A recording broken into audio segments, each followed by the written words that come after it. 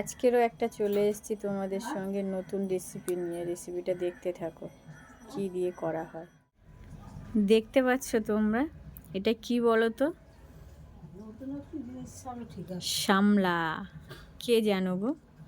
তোমরা কেউ নাম জানো এটা? যারা যারা জানো কমেন্ট করে কিন্তু জানিও। রেসিপিটা দেখতে থাকো। আমরা এই শামলাটা আজকে ভাজা করব, শুকনো লঙ্কা আর এই যে এই বেটে নিয়েছি সর্ষে বাটা, সর্ষের সঙ্গে একটা কাঁচা লঙ্কা দিয়ে বেটে নিয়েছি। শুধু এটা দিয়েই আজকে রেসিপিটা হবে। তোমরা দেখতে থাকো রেসিপিটা। দেখো বন্ধুরা, এই যে আমি তেল দিয়ে দিচ্ছি। এই সর্ষের তেল দিয়েই রান্নাটা আজকে হবে, কিন্তু শুধু ওই শামলা ভাজাটা।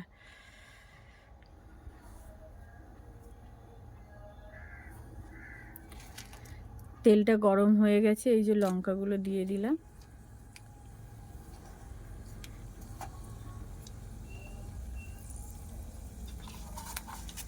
আর সামান্য গোটা জিরে।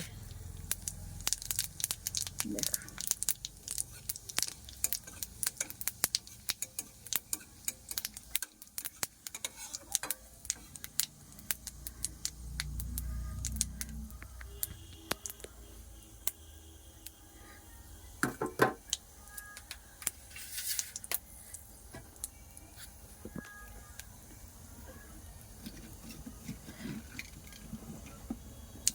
শামলাগুলো একে একে দিয়ে দেবো।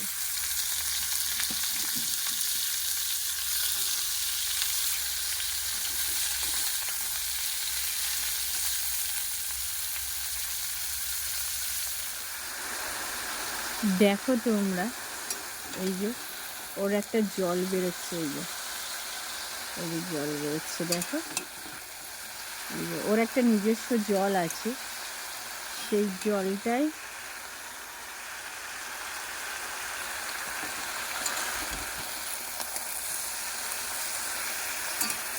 বেরোচ্ছে। আমি সামান্য একটু লবণ, বেশি দিলে হবে না লবণ, কারণ ভেজে একটুখানি হয়ে যাবে। সামান্য লবণ আর সামান্য হলুদ, অল্প পরিমাণে হলুদ আমি দিয়ে দেবো। আর কিছু দেবো না আমি। দেখো, ঢেকে দেবো না, কারণ এই জন্যে আমি ঢাকবো না। ঢাকলে ওর এতটাই জল আছে না, শামলার একটা নিজস্ব জল আছে, কারণ জলের মধ্যে থাকে তো, যেহেতু তোমরা জানো বন্ধুরা সবাই, ওই আরও জল বেরোতে থাকবে। তাই জন্যে সামান্য পরিমাণে ওই হলুদ আর লবণটা দিয়ে দিলে এই জলেই হয়ে যাবে। দেখতে থাকো।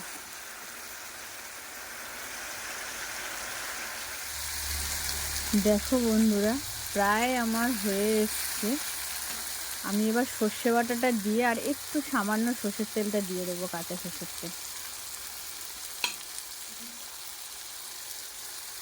ওটা আমার দিলেই কমপ্লিট। এই যে সর্ষে বাটাটা দিলাম, কারণ এটা ফ্লেভার আনার জন্যেই দেওয়া শুধু। আর সামান্য একটু কাঁচা সর্ষের তেল দেবো। এই যে গ্যাসটা অফ করে দিলাম, আমার রান্না কমপ্লিট।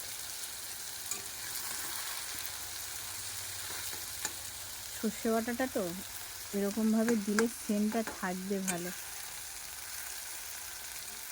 এই যে পুরো রান্নাটাই আমার কমপ্লিট, সর্ষে বাটাটা ওর মধ্যেই থাকবে।